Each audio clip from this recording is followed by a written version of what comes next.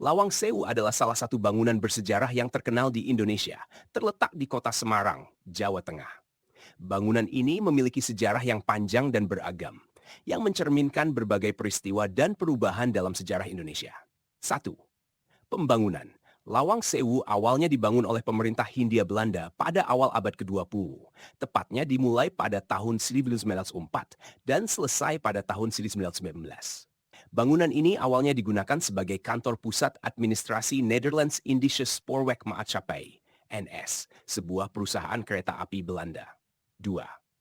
Penggunaan selama Perang Dunia II. Selama Perang Dunia II, Lawang Sewu menjadi saksi dari berbagai peristiwa penting.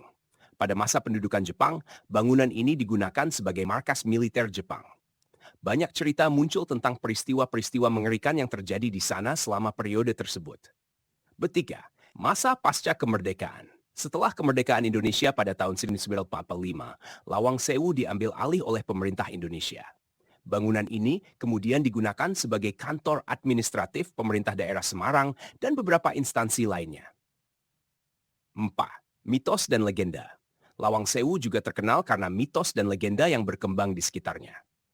Salah satu cerita yang paling terkenal adalah tentang adanya penampakan hantu di dalam bangunan tersebut yang konon merupakan jejak dari masa lalu yang kelam, terutama selama masa pendudukan Jepang.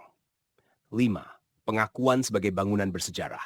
Pada tahun 1992, Lawang Sewu diakui sebagai salah satu bangunan bersejarah penting di Indonesia oleh pemerintah Indonesia.